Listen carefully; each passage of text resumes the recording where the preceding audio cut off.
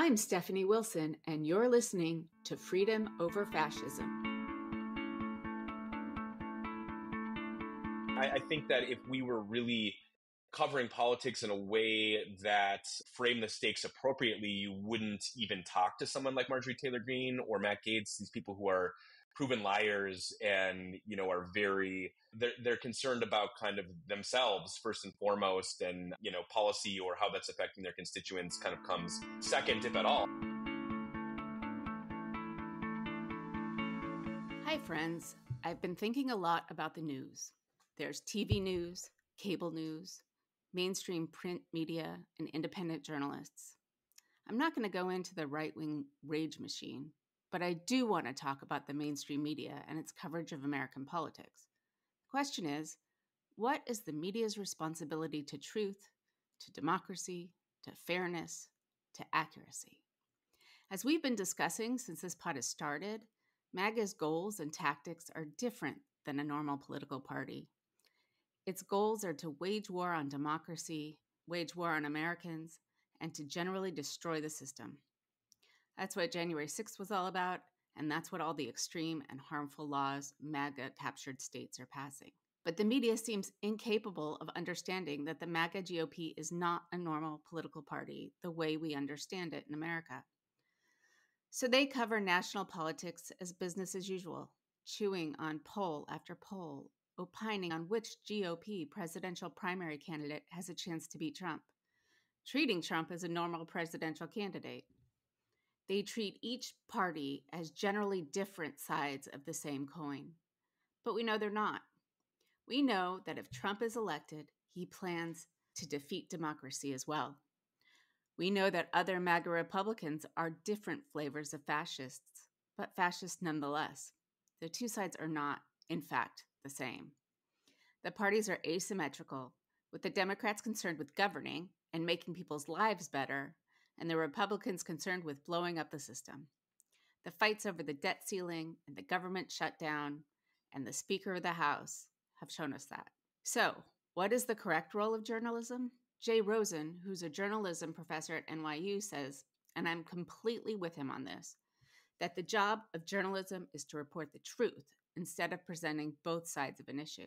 It's the journalist's responsibility, in fact, to stop talking about the odds, what the Trump-Biden race looks like 1 year out or any other poll, and start talking about the stakes. What does it mean for America if Trump were to win? What does it mean for America that the GOP can't even choose a speaker? Talking about Biden's age is ludicrous when Trump is only 3 years younger and obviously batshit. We'll be talking about this more as time goes on and we get closer to the 2024 election. I want to keep it in mind as we think about what happens in the 2023 elections and how the results are covered. When journalists become independent and set up their own shops, they can call out the truth without needing the approval of their corporate overlords. My guest, Aaron Rupar, did exactly that, and his newsletter, Public Notice, produces some of the best reporting and analysis of our current moment. Several other reporters contribute, and in my opinion, it's worth the subscription. The newsletter says this about its identity, quote, "It's fair but not impartial. We think democracy and fair elections are good things, and, unlike a lot of mainstream coverage, are not shy about saying so," end quote. Aaron Rupar spent 3 years at Vox and became one of the foremost chroniclers of Trumpism, explaining what's happening on the American right for a largely progressive audience. We'll talk about his decision to go independent, along with a lot of other issues in journalism today. Before we start our interview, I want to remind you that you can get early access to podcasts, bonus content, and backstage glimpses by becoming a patron and helping me feed my family. www.patreon.com/freedomoverfascism. Now for our conversation. Welcome, Aaron Rupar. Thank you for joining us on Freedom Over Fascism. Yeah, thank you for having me. It's my pleasure to join you. I'm so excited that you are with us. I have been reading your Substack for a long time. And in fact, this morning you published about journalists and how they're covering Trump. And I've been wanting to talk about the role of journalism in our democracy for a really long time.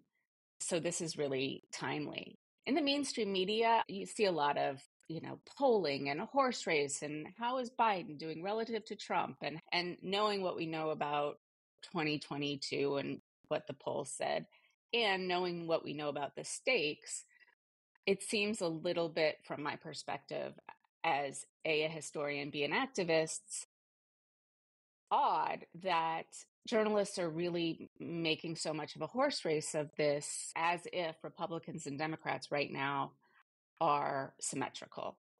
I was listening to Jay Rosen, the NYU journalism professor, and his formulation has been really on my mind, which is that we need to be covering not the odds, but the stakes of what's happening. What's your view of journalism in the United States? What do you think journalists should be doing? How do you look at the whole journalism politics conversation? Yeah, I agree with Jay's point in that respect. And, my newsletter today featured an interview with Lawrence Glickman, who is a professor at Cornell. And I ended up reaching out to him to do a Q&A because he posted a thread on the heels of Trump's recent visit to Michigan. And this ended up kind of encapsulating, I think, some of the problems that, elite journalists are having because, this is already kind of feels like ancient history because it was a couple of weeks ago and a lot has happened since then. But Trump went to Michigan and his campaign told the press that he was going there to speak to unionized United Auto Workers, unionized workers, and kind of make a pitch to them on his labor policy. And what ended up actually happening was that Trump was invited to speak at a non-union shop by management. And yet, despite the fact that it wasn't clear at all if Trump had met with a single unionized worker during this trip, the New York Times, most egregiously, and to a lesser extent, the Washington Post, ran with framing of stories about Trump's trip where they basically said Trump meets with unionized auto workers and, makes a pitch to organized labor. And, I think it really encapsulated kind of how either the press gets lazy or kind of chase optics instead of the substance of what's actually happening. And so in my mind, it did kind of bring back memories of some of the really egregious coverage from 2016. It was a little bit disconcerting in that respect in terms of what lessons have been learned. Now, New York Times, in the days after a lot of their coverage got a lot of criticism, walked some of it back, added a correction to their main article about Trump's trip, mentioning that he was at a non-union shop and all the evidence indicates that he only met with non-union workers. So at least eventually they attempted to get that part of the story right. But, I think that was one little episode that kind of touches upon some broader concerns. I will say that I think the press got better in 2020 at calling Trump out. If you remember, all through the summer and fall of that year, Trump was telegraphing that he was going to use lies about mail voting to try to undermine the election results. And, there was a lot of reporting and commentary based on Trump's statements, everything that he was saying, both at news conferences, on social media, things like that, that the strategy was basically to declare victory on election night before all of the mail votes had a chance to be counted and use that to try and stay in power, even if he ended up losing. And of course, we have to remember that that was during peak COVID, where there were a lot of people, legitimately concerned about going to polling places and voting. And so there was much more demand for mail voting than there would have been in a normal cycle. And I remember thinking, and writing about that at Vox at the time, that the press was really getting better at calling Trump out and kind of saying that, hey, he's lying about this. We can think back on a lot of his statements about COVID at the time and how the press got more aggressive with fact checking him. And so I did feel like, over the course of his 4 years in office, and I think, reporters, editors being mindful of 2016 got better. And I'm not sure if it's, a deal now where 4 years later where, the press is kind of out of practice. I do think we've seen over the past, 2-3 years since Biden has been in office, kind of this reflexive tendency to frame stories around how it's bad for Biden, or this, kind of notion, I think, that the press says that part of their job is to be adversarial toward those who are in power, which is true to a point. And so, we get kind of this reflexive framing of, even when job reports are good, as the one was for September that came out a week ago today, there was an image that was circulating on X, or, formerly Twitter, that I saw getting a lot of traction of the New York Times' homepage about the jobs report, because every story they had 4 or 5 stories, and every single one of them was framed around here's why this good jobs report is bad news for you, is bad news for Biden. And so there is that tendency that I think, probably any president would experience. But when the alternative to Biden at this point is Donald Trump, who is, telegraphing that he's going to, if he returns to power, try and finish off American democracy once and for all, you would hope that the press could do a better job kind of framing the stakes of that, as you mentioned, with what Jay Rosen has been saying. And so I think there is a lot to that. And I think, oftentimes from outlets like the Times and the Washington Post, we don't see enough emphasis on the stakes, and we see too much horse race or too much, kind of this prism of how everything is bad for Biden. And, a lot of fixation on polling, which, at this stage in the game is significant, but I don't think it's determinative. I hope that as we get closer and closer to November of next year, that some of those lessons from 2020 kind of emerge, in some of the coverage that we read. But, again, I thought this episode surrounding Trump's recent trip to Michigan was disconcerting because it does indicate that there's still fixation on the horse race and on optics, and you're kind of missing the bigger story when you focus on those things. And also beyond Trump, I found the coverage around, say, the Republican debate to be almost pointless because Trump wasn't there. He's probably going to be the nominee, and yet treating it as though it were a serious exercise in figuring out who the next nominee is going to be, rather than saying, however they wanted to say it, Trump's likely to be the nominee, this is a sideshow, or they all are, let's look at what they're saying and how it reflects our democracy or doesn't. How do you see that? I mean, beyond the bigger picture, the beyond Trump picture. Yeah, I think the debates are kind of a tricky one right now because, if we go back to the 2016 cycle, I remember the first couple Republican debates of that cycle were like huge news events. I mean, I remember going to a bar that, just like a normal bar in Minneapolis that had a projector screen and they had the debate on. They were these huge spectacle news events that people who normally don't care about politics, paid attention to and watched. And then even the 2020 cycle, the Democratic debates were big news events because it was unclear who the nominee was going to be. And so I just think it's kind of like a reflex that the news media has, or the political media has, to cover these debates like they're big spectacles, even though they're pretty sad this time around for all the reasons that you kind of touched upon, where, Trump is quite clearly going to be the nominee. So what's even the point of having a bunch of these candidates where you add up all the support they have collectively and it probably doesn't even amount to, it's probably barely 30%. I just think if you are, working in a major newsroom, you kind of, you're programmed to believe that these debates are big news events. And I kind of fall into that too. I mean, I've watched both debates and live tweeted them and then written about them for my newsletter. But you're right that, when you take a step back, they don't really mean anything. And, the polling, the analysis of polling that's been done with the trend line through these debates has shown that it hasn't really affected anything. It's a weird situation right now because I think there is kind of a belief, people have to keep the possibility in mind that Trump's legal problems could get to a point where he is in so much legal trouble that could affect his candidacy, or he might drop out or something like that. I don't think that's going to happen. But I think if this was a normal situation where Trump was a normal candidate and he was so far ahead of the competition, it'd be kind of a farce to take these debates seriously. But there's so much that's going to happen over the next year that we can't predict. And so you kind of have to pay attention to who these other people who could step into that role might be.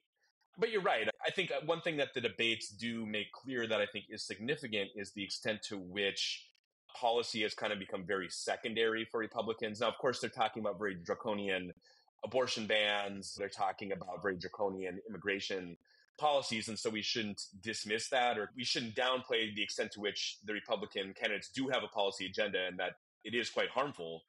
But, it really has become kind of a cult of personality. And because none of them are really willing to take on Trump, and I think the way that you would have to defeat him, which would be kind of highlighting his legal problems, making a case that he's a loser based on 2020, that he's not a good matchup with Biden, he's already lost to him. They're afraid to say those things, with maybe the exception of like a Chris Christie, who doesn't really have traction. But because they're not willing to make those arguments, they are kind of, it's almost like a sideshow. But what I would hope to see is more of a focus on what do these draconian policies. Okay, so even if we think that not one of those secondary Republicans, tertiary Republicans, has a chance of winning the nomination. They're still advocating for really, really draconian anti-democratic policies, a lot of which have already been enacted in a lot of the red states. What is your thought about the way that the national media is really covering the places where a lot of those policies have been enacted and what the effects of those have been? Yeah. As opposed to the horse race, but also seeing presidential politics as some way completely different from what's going on in the states, which is where a lot of the policies that the presidential candidates they're already being tried out, and we already see effects. I think it's hard to paint with too broad of a brush because, for instance, I think back on when Roe was overturned last summer, there were a bunch of stories in the months that followed about pregnant people in states that enacted bans, and like some really heart-wrenching stories about, you know, mothers who their child had some sort of horrible health problem, but then because abortion wasn't legal in those states anymore, they had to carry these pregnancies to term or carry them to a point where their own health was in danger. And, you know, then that brought up all these questions surrounding doctors, and, you know, doctors don't want to be prosecuted for murder or for some, you know, terrible crime because they're administering reproductive health care to a pregnant person. But, you know, so the point simply being, I do think that stories like that, which are obviously very important in the context of what's happening on the ground in these states that are restricting rights, they do get some coverage. Now, you know, the debates that we were just talking about are kind of unique situations in that the first one was on Fox News, the second one was on Fox Business, and obviously those are both right-wing Trump propaganda outlets. And so I don't really expect them to, you know, adopt a framing of like, here's how these policies are hurting people because they support those policies. You know, we'll see if future debates are on more of kind of a, you know, credible network, you know, if there are questions like that that come up, because I do think those are important ones for Republicans to grapple with. And you're not going to get that necessarily if you're on Newsmax or Fox News or Fox Business. But yeah, I mean, I think broadly you're right. I think it, you know, it, again, as you kind of touched upon, it depends if you're reading local coverage, because that was one of the things I touched upon today. And this is slightly in a different, my newsletter today was not talking about restricting rights or, you know, like abortion bans that are really hurting people. It was talking about kind of the silly trip that Trump made to Michigan to counter program the second debate. But one thing that did come through is that a local reporter in Detroit was the one who debunked the New York Times' framing, where this reporter was actually there at the event and talked to people who were holding up auto workers for Trump, union members for Trump. And it turned out that people holding up these signs almost to a person were not either union members or auto workers. And so that kind of exposed the sleight of hand and deception that was going on there. And that was via a local reporter, you know, who doesn't have the platform that the New York Times does or the Washington Post has. And so, yeah, I mean, those are important differences. Obviously, you know, there's a whole other conversation about how local media has really been, you know, kind of emaciated, and there's not, you know, there aren't as many local reporters operating these days as there were even, you know, 15, 20 years ago. And so we have to rely upon, you know, more national, you know, economies of scale that outlets like the Times or Post has, or, you know, people on social media who may or may not be credible. You know, that's important too, to be able to discern credible information from information that is not as credible. But, you know, I think you're absolutely right with your suggestion or claim that there should be more attention paid in coverage to how policies affect people and, you know, where the rubber meets the road in terms of communities and how policies affect communities and people, and less on the horse race. But, you know, if you're someone like a Peter Baker at the New York Times, I mean, you're trained as a political journalist. And so that's, you know, I wouldn't expect him to kind of make a 180, you know, 20 years into his career and cover these stories in a way differently than he ever has. I think it's more of a question of who can fill in those gaps, you know, and there's not a lot of bandwidth with local outlets to do that these days. And so it's a difficult situation. And I don't have answers for what the solution is other than trying to hold some of these outlets accountable. And in my own work, you know, try to do a better job bringing out how these policies affect people. But I certainly wouldn't expect to see that, like I said, on Fox News or Fox Business. So, you know, but the policies broadly, you know, the policies broadly are the same. I mean, Glenn Youngkin's policies are basically Ron DeSantis's policies. And so, yeah, I mean, it's important to highlight that for sure. So one more question about more national, and then I want to talk about independent journalism like yours and others. On the national front, do you feel that the press is doing a good job showing the general approach to whether we ought to be a democracy. I mean, the fundamental "what is America" question and who are Americans, when there was that Project 2025 saying, well, when Trump is elected, we're going to eliminate the national bureaucracy and essentially turn into an autocracy, or legislative Republicans who are supportive of Trump, supportive of January 6th, and also can't get their act together. Do you feel like the national political journalism is really talking about those kind of stakes in a way that is helpful for the readers, or would you want to see that done differently if it were up to you? Yeah, I mean, I think that certainly there are big problems in that area. I mean, one that comes to mind right away is, I pay really close attention to Manu Raju at CNN. He's their congressional reporter, because he breaks a lot of news. He's constantly talking to members and does little video interviews, and so they can make for good clips that I post and that sort of thing. But like, he's constantly talking these days to Marjorie Taylor Greene and kind of treating her as a serious power broker, which she is within the Republican caucus. But, if we were in a sane democracy, I mean, this would not be a person that you would be turning to for political insight or really putting much emphasis on what her positions are. So when you treat politics kind of like a horse race, or you're very focused on the process of like how a speaker is selected, things like that, I mean, you end up normalizing a lot of really bad actors. I mean, another guy, Tim Burchett, who's a congressman from Tennessee, he's on CNN constantly, like, almost every day. He's a Freedom Caucus guy, about as far right as they come. But, he presents well on TV. He's polite. And, when he goes on CNN, they don't really ask him about his policy positions. It's all about who are you going to support for speaker. Matt Gaetz kind of, Matt Gaetz, I mean, the whole reason that he ousted McCarthy was because he knew that it would bring a lot of attention upon him and generate a lot of TV hits and things like that. And it has. He's on CNN. He's on the Sunday shows. He was on CBS, NBC.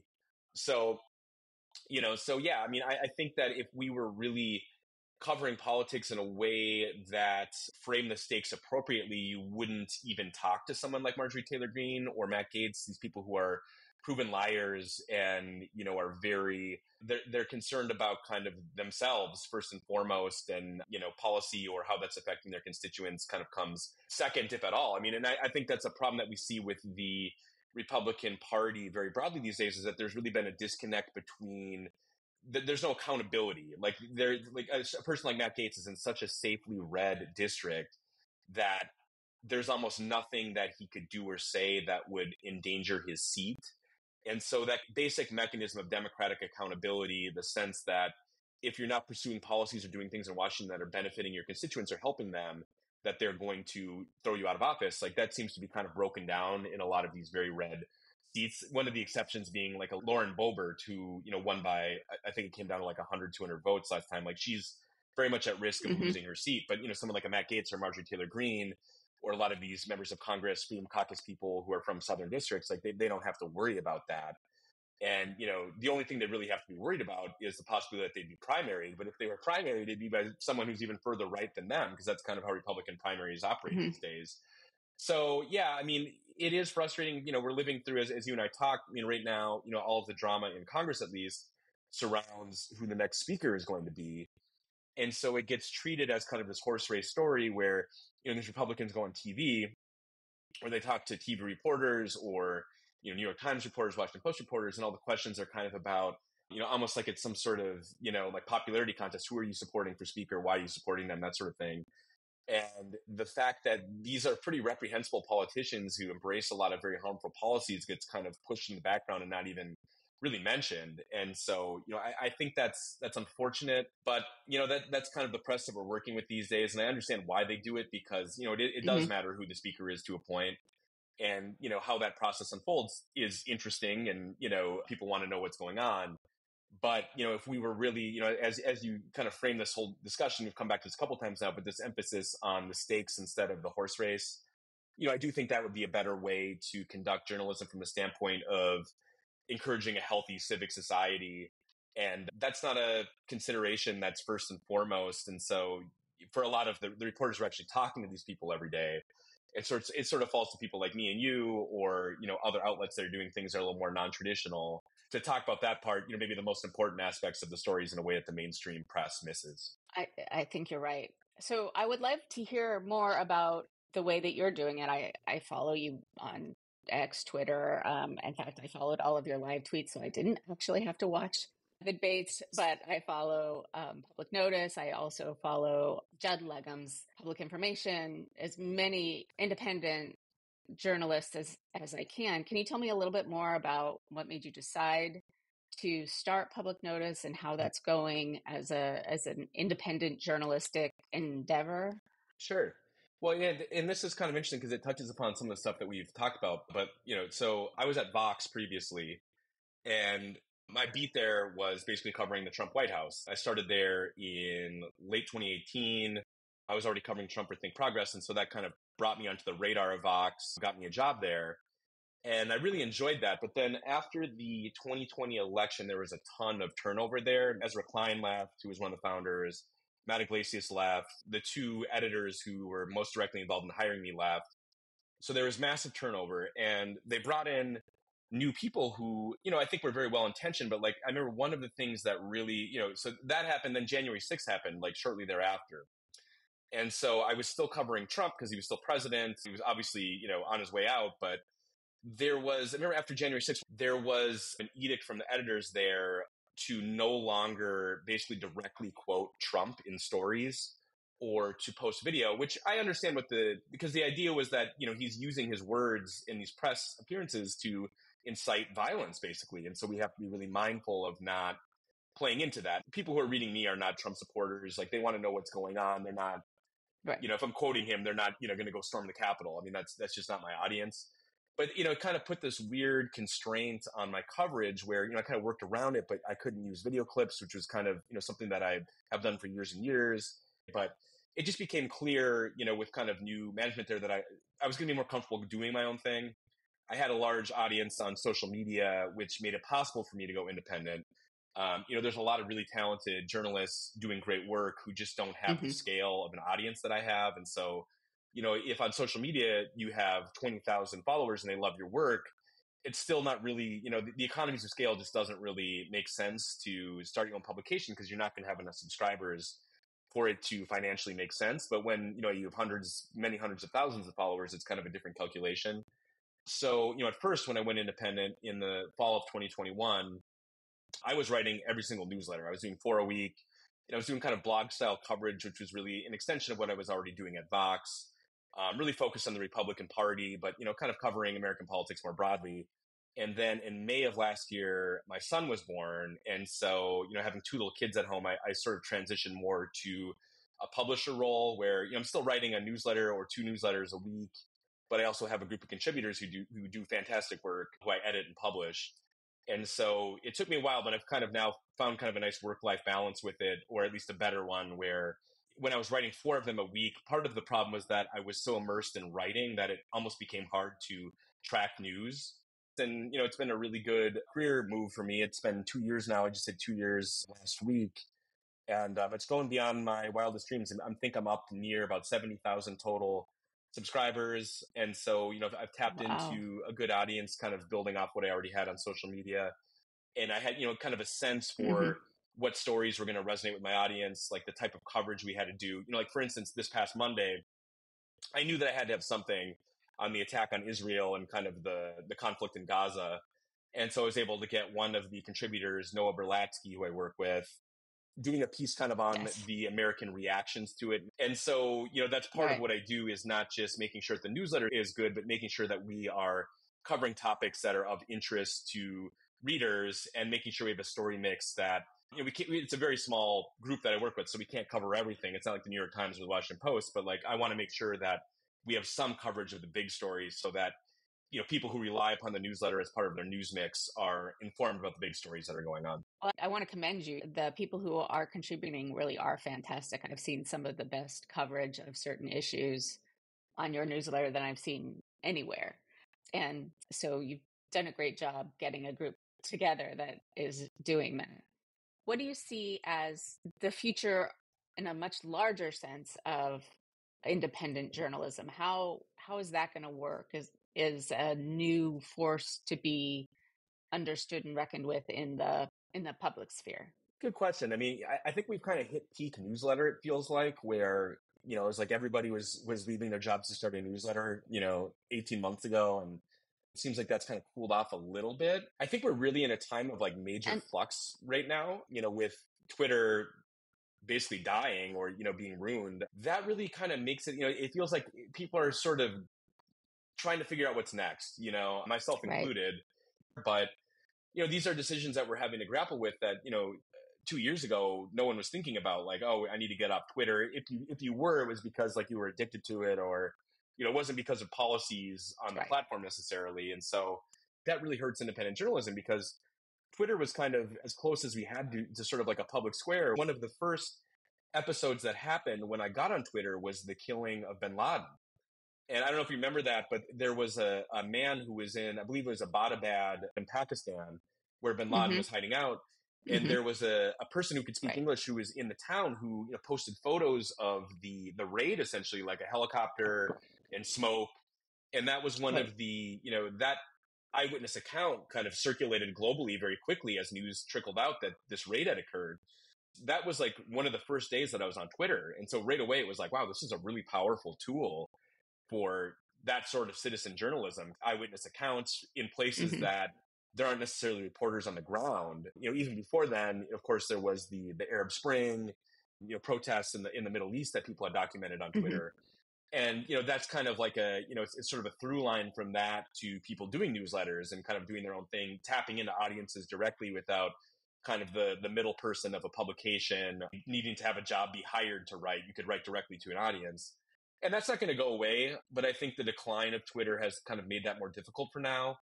So, I don't think independent journalism obviously is going away. I think that it's in a kind of a state of flux right now, where the newsletter model that people like myself use to write to an audience, for me, it's going strong, but I think I'm not seeing as many people taking that plunge into doing it as I did a couple years ago. So we're in a very transitional moment right now, I think. I think that's true. And also for the reader, $5 a month for every newsletter gets expensive very quickly.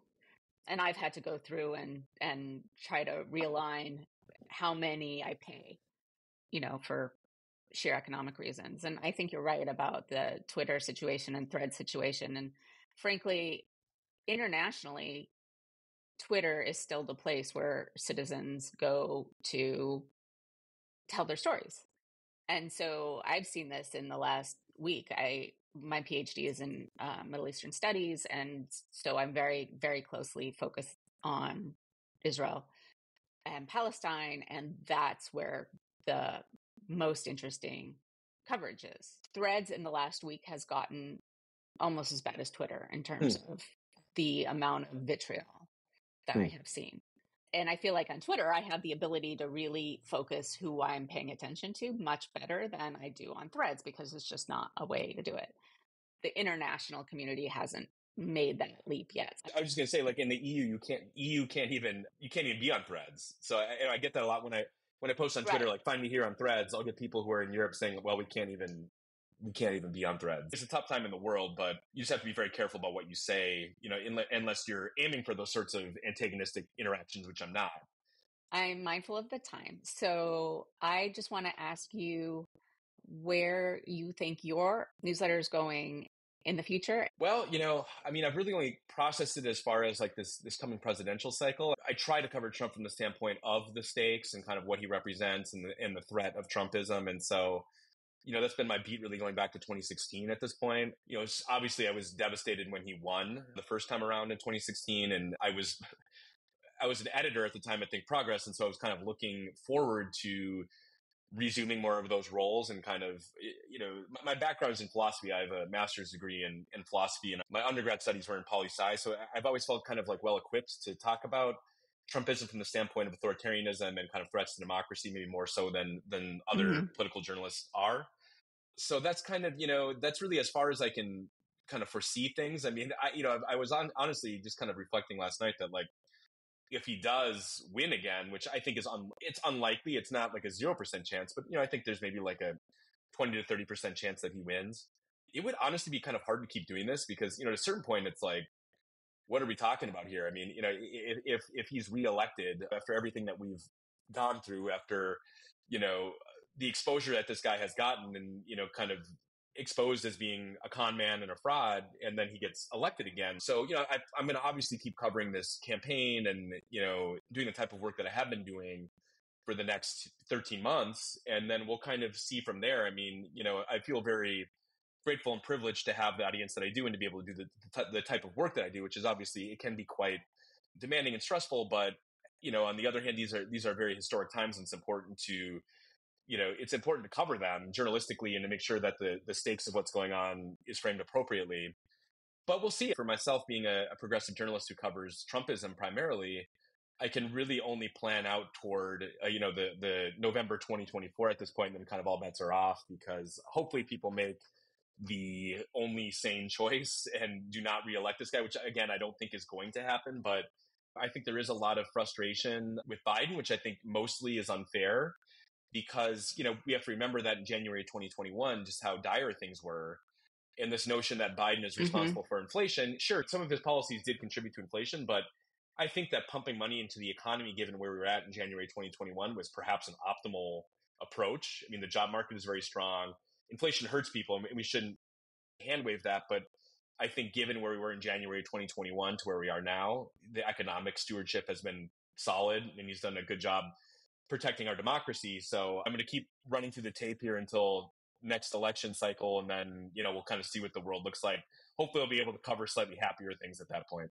Well, I really hope so. And I do count on your newsletter. I reposted one of the articles about Trump supporters that I thought was the most cogent analysis of the people supporting Trump that I had ever read, which is a lot because I read a lot of them. So I think you're doing a great job, and I'm glad that you're there and doing what you're doing. Well, thank you. And I thank you for coming on.